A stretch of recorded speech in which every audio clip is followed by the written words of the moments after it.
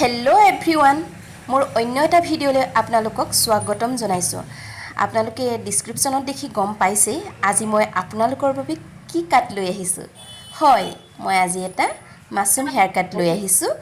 এনেদৰে মই দুটা পাৰ্টিশ্যন কৰি ল'লোঁ। ধুনীয়াকৈ পানী স্প্ৰে কৰি লৈছোঁ আৰু এতিয়া মই গাইডলাইনডাল উলিয়াই ল'বলৈ লৈছোঁ। এনেদৰে গাইডলাইনডাল যদি উলিয়াই লয় গোটেই কাটটো আপোনাৰ পাৰফেক্ট হ'ব। কাণৰ ওপৰত এই কাটটোত গাইডলাইনডাল ল'ব লাগে আৰু সেইডালৰ ওপৰতে মিলাই মিলাই গোটেই 4 ৰাউণ্ডৰ চুলিখিনি কাটি যাব লাগে।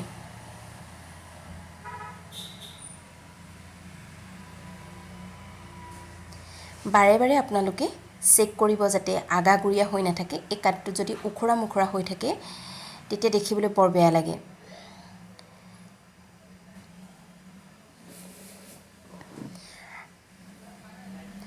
এনেদৰে তলৰ চুলিখিনি মই ধুনীয়াকৈ কাটি দিছোঁ। এইখিনি চুটি কৰিব লাগিব, সেইকাৰণে ধুনীয়াকৈ একেটা লেভেলত মই গাইডলাইনডাল লোৱা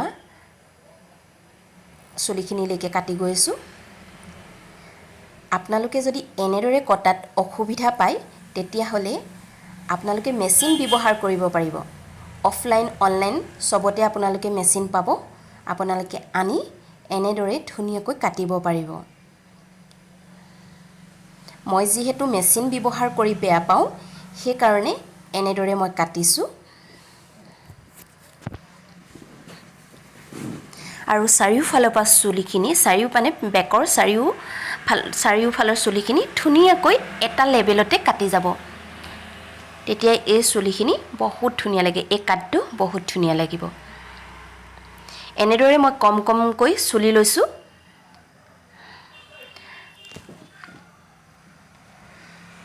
পানী স্প্ৰে কৰি গাইডলাইনডাল দেখা পাইছোঁ কাৰণে কাটি যাবলৈ মোৰ সহজ হৈছে।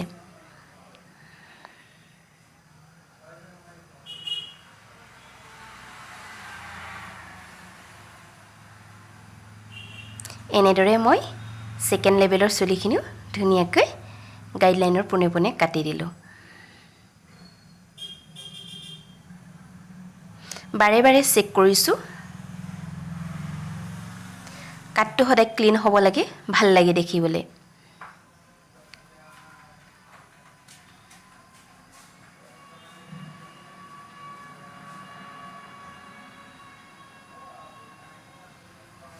টপ লেভেলৰ চুলিখিনি লৈ লৈছোঁ। এতিয়া ধুনীয়াকৈ কম কৰি ল'লোঁ আৰু এনেদৰে মই কাট কৰি গ'লোঁ। এই কাটটো বহুতে বাতি কাট বুলি কয়, এইটো কিন্তু বাতি কাট নহয় কিন্তু দেই, এইটো মাছৰুম কাট।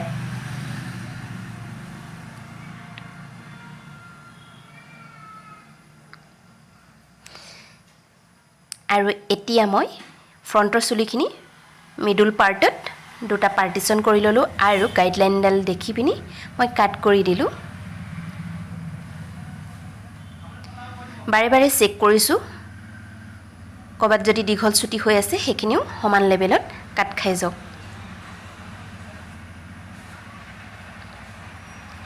মই আনাডাৰ ছাইডটো ছেমভাৱে কাটি গৈ আছোঁ। এয়া গাইডলাইনডাল দেখিছোঁ আৰু কাট কৰি দিছোঁ।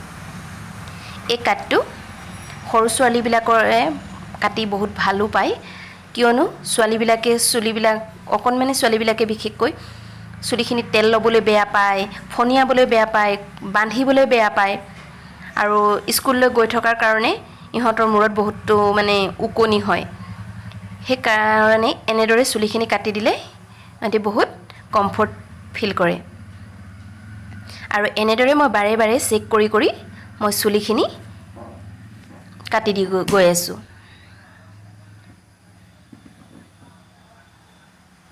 মই বেকৰ চুলিখিনিও মই বাৰে বাৰে চেক কৰিছোঁ।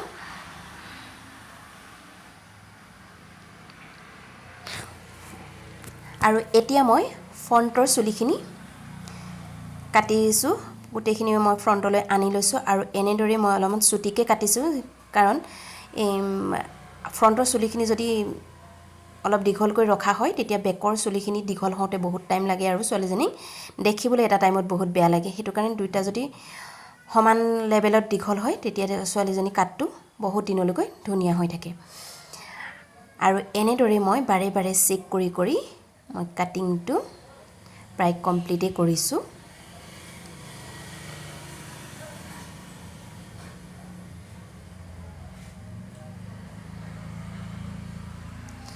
ফ্ৰণ্টৰ চুলিখিনি মই বাৰে বাৰে চেক কৰি কৰি কাটি গৈ আছোঁ এতিয়া মই কৰ্ণাৰ সাইডকেইটা কাটিছোঁ ধুনীয়াকৈ কৰ্ণাৰকেইটা ওলাই গ'লে খুব চিকুণ লাগে সৰু ছোৱালীবিলাকক চুলি কটাটো বহুত ৰিক্সি বুলি মই ভাবোঁ কিয়নো ইহঁতি মূৰটো ইমানেই হিলাই থাকে নহয় আৰু মই এনেদৰেই কাণৰ কাককেইটা কাটি দিলোঁ এয়া তলৰখিনি ধুনীয়াকৈ কাটি দিলোঁ আৰু এনেকৈ দুইটা চাইডে মই ধুনীয়াকৈ উলিয়াই ল'লোঁ